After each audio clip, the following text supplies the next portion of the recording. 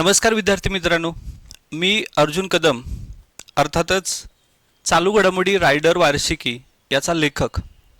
विद्यार्थी मित्रांनो, यावर्षी 2026 मध्ये गट क ची नुकताच आज परीक्षा पार पडली आणि या परीक्षेमध्ये रायडर चालू घडामोडी टू द पॉइंट या पुस्तकातून जवळजवळ 19 प्रश्न आले होते। आता तुम्ही म्हणाल सर, करंट अफेअरचे प्रश्नच 15 असतात, मग 19 प्रश्न तुमचे कसे काय आले? तर सांगणार आहे, या पुस्तकामधून चालू घडामोडी जे प्युअर करंट अफेअर्स आलं होतं 15, त्यापैकी किती आलेत आणि टोटल प्रश्नपत्रिकेमधून या पुस्तकातून कुठले कुठले प्रश्न बनलेले आहेत आणि हे सांगताना आपण विथ प्रूफ आपण याचा पेज जे आहे ते पेज देतोय आणि त्याच्यामध्ये आपण प्रश्नांची चर्चा करूया। टोटल 19 प्रश्न या पुस्तकातून आलेले आहेत। गट ब ला सुद्धा या पुस्तकाचा खूप फायदा झाला विद्यार्थ्यांना आणि आज तर गट क न रायडर या चालू घडामोडीच्या पुस्तकानं आज धुमाकूळ घातला। बऱ्याच विद्यार्थ्यांचे फोन मेसेज आले की सर, रायडर या पुस्तकानं आम्हाला तारलेलं आहे आज, कारण विज्ञानसारखे विषय थोडे ट्रिकी होते आणि सगळ्यात महत्त्वाचं, सगळ्याच विद्यार्थी मित्रांना हा जो पेपर आहे तो बऱ्यापैकी सोपा गेलेला आहे। मेरिट किती लागेल याच्यावरती आपण परत एकदा बोलूया, पण आज या चालू घडामोडी रायडर पुस्तकातून कोणते प्रश्न किती आले होते याची चर्चा करूया। आपण हे पुस्तक जे आहे ते पूर्ण फ्री यूट्यूबवरती आपण अध्यापन केलेलं होतं आणि त्याच्यामध्ये भरपूर डाटा जो आहे आज परीक्षेमध्ये आलेला होता। चला सुरुवात करूया। कंबाईन गट क पूर्व परीक्षा 2025 ची जी आज 11 जानेवारी 2026 ला पार पडली, या रायडर पुस्तकामधून वार्षिकी 2026 या पुस्तकातून 19 प्रश्न आलेत आणि पुराव्यासहित आपण चर्चा करतोय। पेज नंबर सकट आपण देतोय की या पुस्तकातून हा प्रश्न या पेज नंबरवरती आलेला आहे। पुस्तक सगळीकडेच उपलब्ध आहे, तुम्ही ते खरेदी केलं नसेल तर जरूर खरेदी करा, कारण हा पुस्तकाचा जो भाग आहे 1 जून 2024 पासून 30 नोव्हेंबर 2025 पर्यंतच्या एकूण मिळून 1.5-2 वर्षाचा करंट अफेअर्सचा आलेख जो आहे तो आपण 225 पानामध्ये घेतला होता आणि 225 पान नंबर पासून 294 पानापर्यंत आपण सगळ्या वन लाइनर जवळजवळ 1500 वन लाइनर दिल्या होत्या। त्यामुळे या वर्षीच्या होणाऱ्या सगळ्या सरळ सेवेच्या परीक्षा किंवा यावर्षी होणाऱ्या सगळ्या मुख्य परीक्षा आणि पूर्व परीक्षेमध्ये आपल्याला तर माहित आहे की कंबाईन एमपीएससी ची परीक्षा ज्या वर्षी असते त्याच्या मागील आयोग 2 ते 3 वर्षापासून आणि या पुस्तकातील काही शाश्वत करंट अफेअर्सचे प्रश्न 2023, 2024 किंवा 2015 ला ज्या योजना लॉन्च झाल्या होत्या त्याच्या संदर्भात सगळ्या गोष्टी केवळ आपण 225 पानाच्या आतमध्ये दिलेल्या आहेत। 9 पानांच्या अनुक्रमणिका जर सोडल्या तर टोटल डाटा जो आहे तो जवळपास 219 15 पानाचाच आहे आणि या एकूण 215 पानांच्या पुस्तकामध्ये आपल्याला किती प्रश्न बनलेले आहेत चला पाहूया। पहिला प्रश्न जर बघा, इतिहासाचा आहे। हा प्रश्न 1919च्या कायद्यातील त्रुटीच्या चौकशी करण्यासाठी कोणती कमिटी नियुक्त केली याच्या संदर्भात रायडर पुस्तकाचं पेज नंबर 32 मध्ये या पॉइंटला लॉर्ड मेकॉले यांच्या अध्यक्षतेखाली 1833 च्या चार्टर्ड कायद्यानुसार असा रेफरन्स दिलेला आहे। याचं उत्तर आयोग काय देतं हे बघणं खूप गरजेचं आहे, कारण 1919च्या कायद्यातील त्रुटीच्या चौकशीसाठी असं जर म्हटलं म्हणजे याचा इंग्लिश जो अर्थ आहे, जो आयोग सांगतं की मराठी आणि इंग्लिशमध्ये जर तुम्हाला गोंधळ झाला असेल तर दुसऱ्या भाषेला प्रमाण माना आणि याच्यानुसार त्रुटीची चौकशीसाठी एकच समिती असणार आहे, मुडीमन समिती, आणि फक्त याचं उत्तर असणार आहे। पण शेवटी आयोग कोणत्या अँगलने विचार करतं याच्यावरती आपल्याला बघायला लागेल। तर हा प्रश्न पहिला। दुसरा प्रश्न, संयुक्त राष्ट्राच्या जागतिक कार्यसूची आराखडा 2015 नुसार शाश्वत विकासाची किती उद्दिष्ट निश्चित केलेली आहेत? सगळ्यांनाच उत्तर आलेलं आहे 17, पण याच्यामध्ये पान नंबर 82 मध्ये रायडरच्या शाश्वत विकासाची उद्दिष्टे एकूण ध्येय 17 गोल्स असं दिलेलं होतं आणि याच्यातून प्रश्न हा बनलेला आहे करंट अफेअर्स याच्या अनुषंगानं, हा इकॉनॉमिक्स मधला प्रश्न आहे। पुढे प्रश्न क्रमांक 3 म्हणजे हा प्रश्न क्रमांक 2, हा प्रश्न क्रमांक 1, प्रश्न क्रमांक 3, पुढीलपैकी बरोबर जोडी कोणती ओळखा? 14वा वित्त आयोग आपल्या सगळ्यांनाच माहिती असेल, वाय.व्ही. रेड्डी आहे आणि या पानामध्ये 75 पेज नंबर मध्ये इथं 16व्या वित्त आयोगाची चर्चा करताना खाली 13वा, 14वा आणि 15वा वित्त आयोग दिलेला आहे। 14व्याचे अध्यक्ष वाय.व्ही. रेड्डी आहेत, जो 2013 मध्ये झाला होता। म्हणजे हा प्रश्न तिसरा प्रश्न बनतो. बरोबर जोडी कोणती ओळखा असं लिहिलेलं आहे. पहिलीच बरोबर जोडी आहे, त्यामुळे बाकीच्याचा विचार करायचं काय घेणं देणंच नाही. ठीक आहे.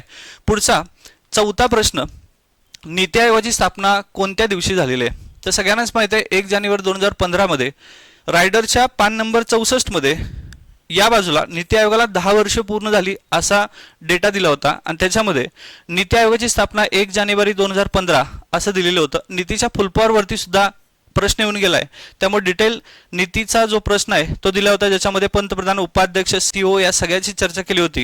आणि यावेळेस गट क ला नीती आयोगाची स्थापना टिमटिम या दिवशी झाली 1 जानेवारी 2015 हा चौथा प्रश्न होता. पाचवा प्रश्न, आरबीआयच्या कोणत्या कायद्यानुसार शेड्यूल्ड बँक आणि नॉन शेड्यूल्ड बँक असं वर्गीकरण झालं होतं?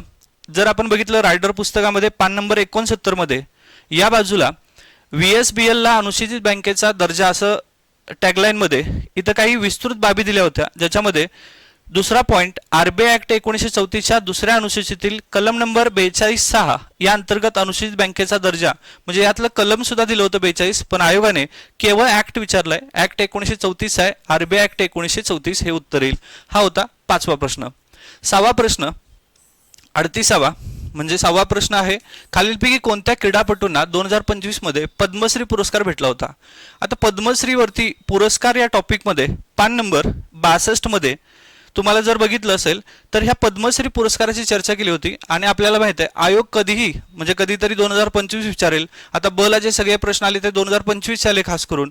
आता यावर्षी 2025 आले, पण काही वेळेला ते 2400 2300 पण येऊ शकतात. म्हणून पद्मश्री पुरस्कार 2025, पद्मश्री पुरस्कार 2024 आणि पद्मश्री पुरस्कार 2023 असे तिन्ही वर्षांचे जे पद्मश्री पुरस्कार जे आहेत ते दिले होते. आणि याच्यामध्ये पद्मश्री पुरस्कार जे आहेत इथं 2025 मध्ये हे सगळे पद्मश्री पुरस्कार हे इथं दिलेले आहेत विस्तृतरित्या, पूर्ण डिटेल पान नंबर 62 वरती. आणि याच्यावरती जर आपण बघितलं वरवर आपल्याला उत्तर वरीलपैकी सर्व वाटतं, पण PR श्रीजेश यांना जो पुरस्कार भेटला होता तो पद्मभूषण पुरस्कार भेटला होता.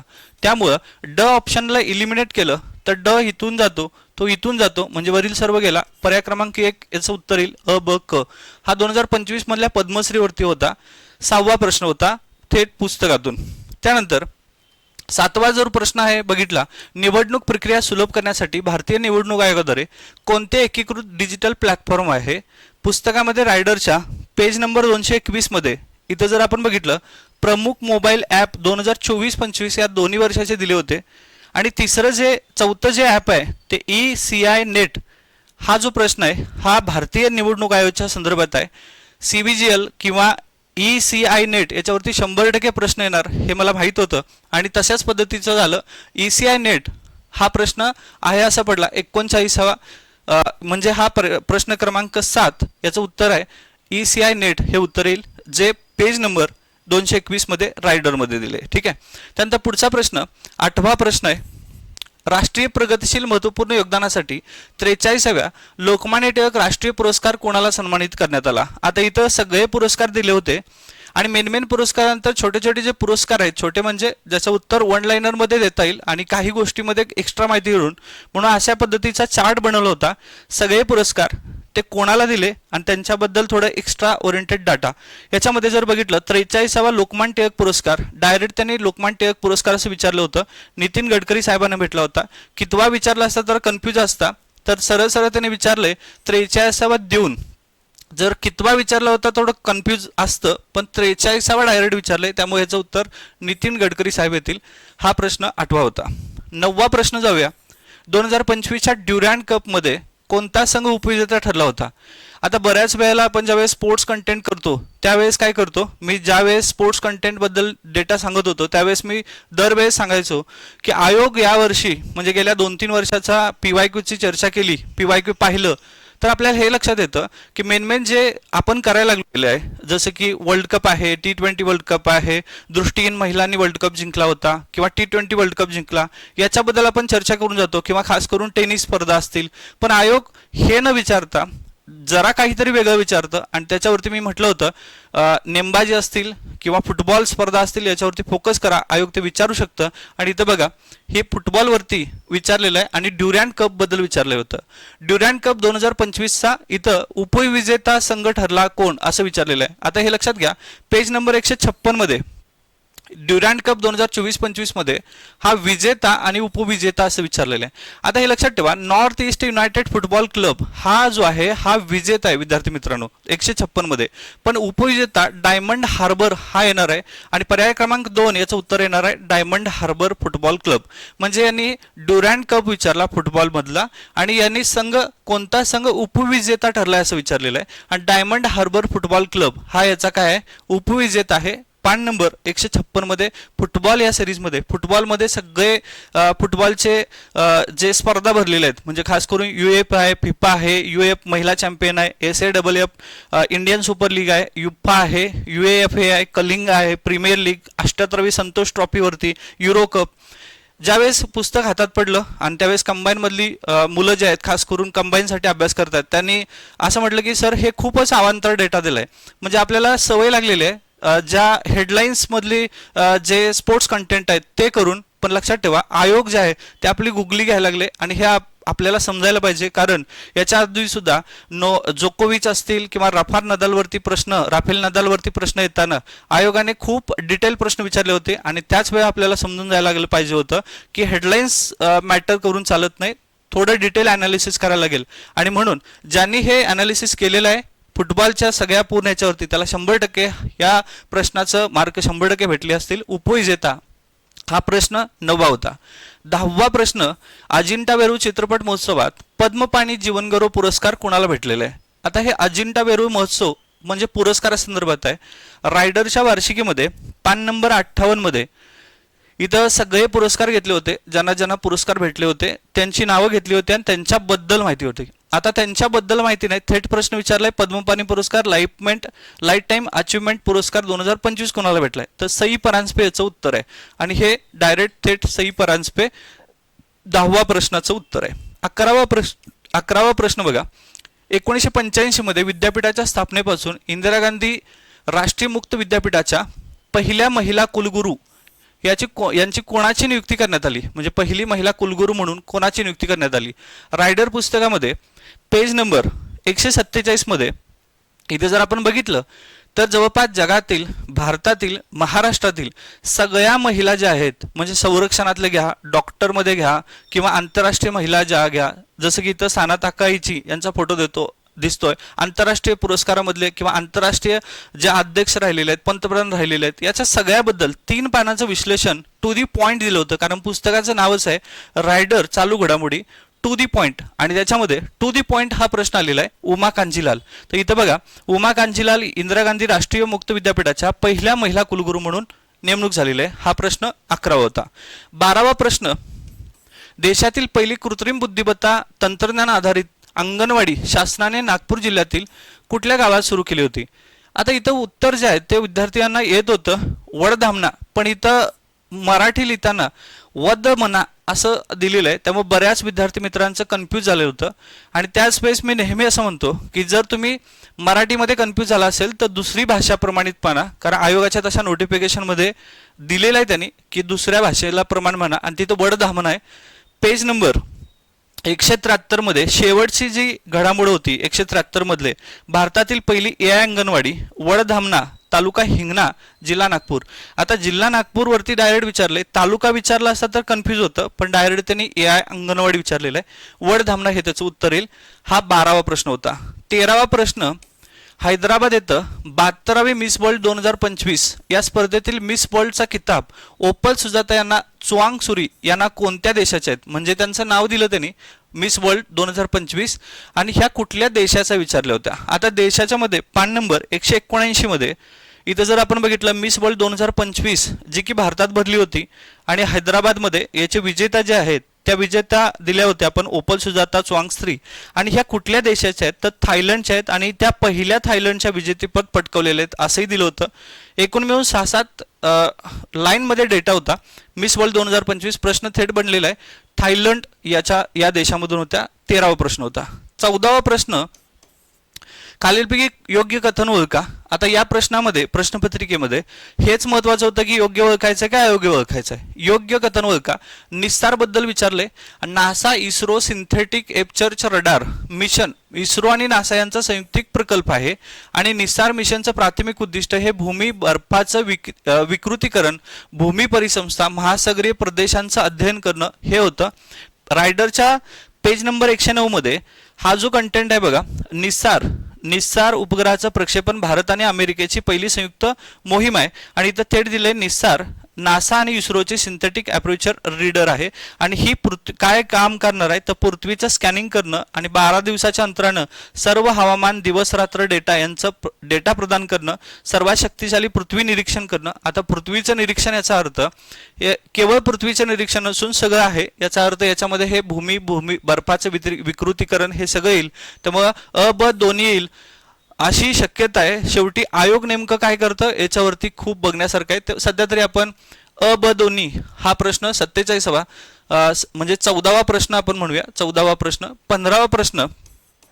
सर्वोच्च न्यायालयाने 12 सप्टेंबर 2025 मध्ये घर खरेदी करणाऱ्यांच्या हिताचे रक्षण करण्याच्या उद्देशानं महत्त्वपूर्ण निर्णय देताना आवासाच्या अधिकाराला संविधानाच्या कुठल्या अनुच्छेदानुसार टाकलेलं आहे मूलभूत अधिकार म्हणून घोषित केले आहे. आता रायडरमध्ये ज्यावेळेस मी शिकवत होतो त्यावेळेस चांगले रस्ते मूलभूत अधिकार याच्याबद्दल शिकवताना रामकुमार विरुद्ध मध्य प्रदेश राज्य सरकार यानं सर्वोच्च न्यायालय पार पडली आणि त्याच्यामध्ये जी बी पारडीवाला आणि जस्टिस महादेवन यांच्या खंडपीठाने एक निर्णय दिला की चांगले आणि सुव्यवस्थित रस्ते हा आर्टिकल 21 चा भाग आहे.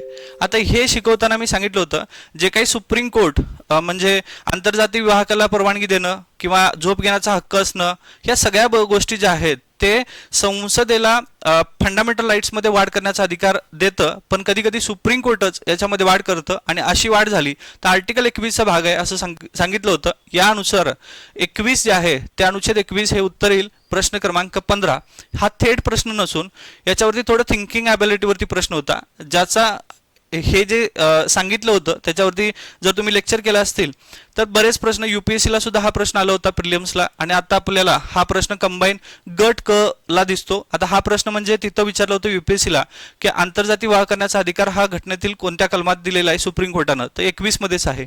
ठीक आहे, चला पुढे जाऊया. 16वा प्रश्न.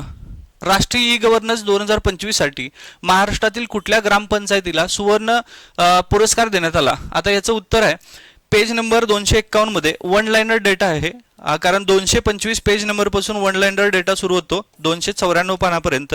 पेज नंबर 251 मध्ये 22 सप्टेंबर 2025 ची घडामोड आहे.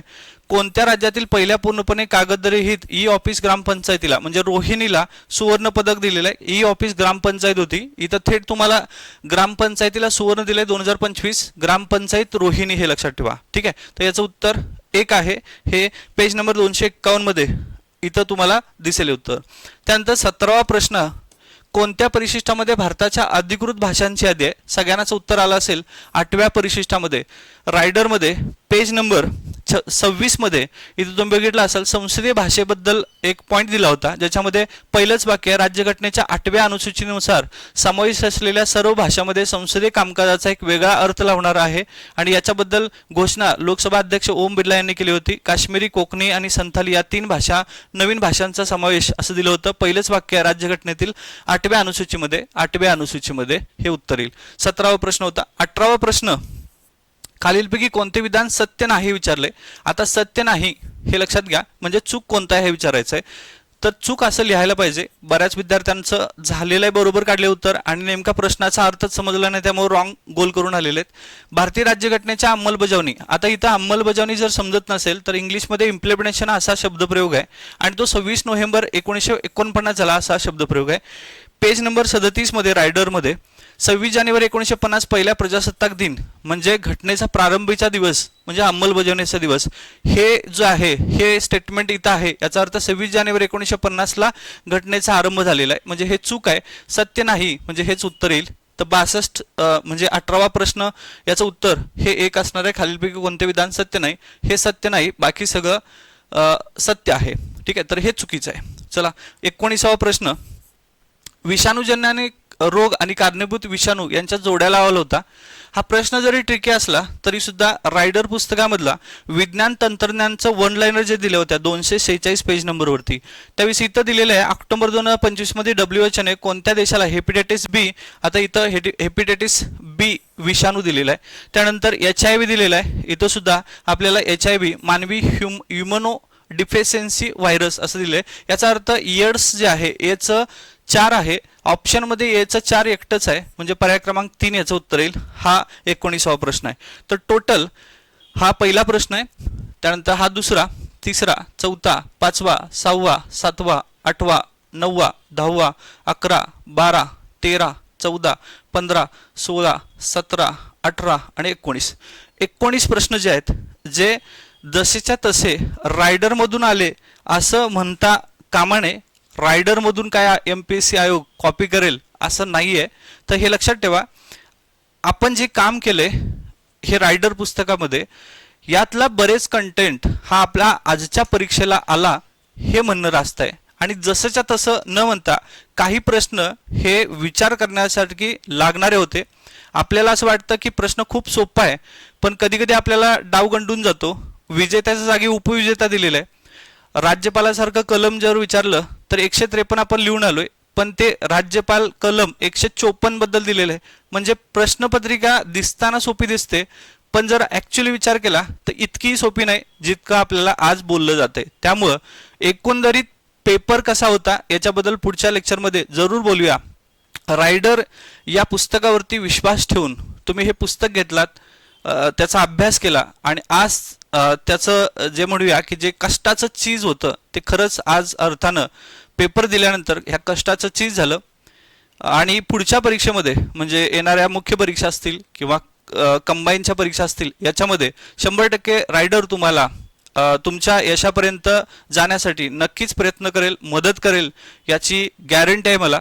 आणि या सगळ्यामध्ये लक्षात ठेवा की 30 नोव्हेंबर 2025 पर्यंतचा हा डेट आहे, म्हणजे 2024 पासून 1 जून पासून 30 नोव्हेंबर 2025 पर्यंत. 30 नोव्हेंबर नंतर डिसेंबर, जानेवारी आणि फेब्रुवारी या 3 महिन्याच्या बद्दल जे मासिक आहेत तिमाही ही आपण लवकरच 3 माही फेब्रुवारीमध्ये माझं काम होईल आणि मार्चमध्ये आपण तिमाही जी आहे ती लवकरच मार्केटमध्ये उपलब्ध करतोय. तुम्ही जसा आता विश्वास ठेवला तसं पुढे विश्वास ठेवून रायडर खरेदी करा आणि आपल्या यशामध्ये रायडरला जे आहे ते महत्त्व येईल आणि तुमचं यश जे आहे ते नक्की तुम्हाला भेटेल. या पुस्तकाबद्दल पुस्तक तुम्हाला आत्ता उपलब्ध होण्यासाठी पुण्यामध्ये वेगवेगळ्या ठिकाणी वेगवेगळ्या बुक शॉपमध्ये हे पुस्तक उपलब्ध आहे. जर तुम्हाला पुस्तक पाहिजे असेल तर माझा नंबर आहे डिस्क्रिप्शनमध्ये, मी माझा नंबर देतो. तरीसुद्धा 96 65 519 020 या नंबरवरती तुम्ही मला व्हॉट्सअप करू शकता, फोन करू शकता आणि तुम्ही हे पुस्तक जे आहे ते कुरिअर करून मागवू शकता. कोल्हापूरमध्ये असाल तर ऑफलाईन तुम्हाला मी इथं उपलब्ध करून देईल. तर माझा नंबर आहे 96 65 519 020. PDF ज्याबद्दल जर तुम्हाला पाहिजे असेल की PDF कसे आहे वगैरे तर तरीसुद्धा मला सांगा, मी तुम्हाला ती PDF जी आहे ती उपलब्ध करतो. हे सगळं जर दिसत नसेल आणि जर तुम्ही म्हणत असाल सर हे खरंच खरं आहे का, तर ही जी PDF आहे ही सुद्धा मी MPSC विथ द पीपल आपलं टेलिग्रामचं ऑफिशियल चॅनल आहे त्याच्यावरती ही PDF जी आहे ती टाकेल, बघून घ्या. मला वाटतं सगळ्यात मोठा जो स्कोर आहे जो बनू शकतो तुमचा हा आहे चालू घडामोडी. आणि इथं खूप डेटा आहे, पण त्या सगळ्या डेटावरती काम करून टू दी पॉइंट हे बनवलेलं रायडर हे पुस्तक तुम्ही खरेदी करा, वाचा आणि त्याचा रिझल्ट जो आहे तो तुम्हाला नक्की भेटेल. पुन्हा एकदा हे सांगतो की हे पुस्तक खरेदी केल्यानंतर याच्यामध्ये वेगवेगळ्या ठिकाणी स्कॅनर दिलेले आहेत. जर तुम्ही ते स्कॅन केलं तर यूट्यूबमध्ये याबद्दलची लेक्चर्स जे आहेत ते तुम्हाला उपलब्ध आहेत. पुस्तक केवळ देणं माझा इरादा नाही, तर हे लक्षात ठेवा पुस्तकामधला जो कंटेंट आहे तो काही लॉजिक ट्रिक्स वापरून आपल्या डोक्यामध्ये फिट करणं हे माझं काम आहे. आणि यासाठी वेगवेगळ्या लॉजिक अँड ट्रिक्स या चॅनलवरती तुम्हाला ते दिसतील. या चॅनलला सबस्क्राईब केलं नसेल तर जरूर सबस्क्राईब करा, बेल आयकॉन दाबा, म्हणजे ज्या वेळेस मी लाईव्ह येईल त्यावेळेस तुम्हाला ते लेक्चर पाहता येईल. पुन्हा भेटूया नवीन सत्रामध्ये, तोपर्यंत थांबतो. जय हिंद.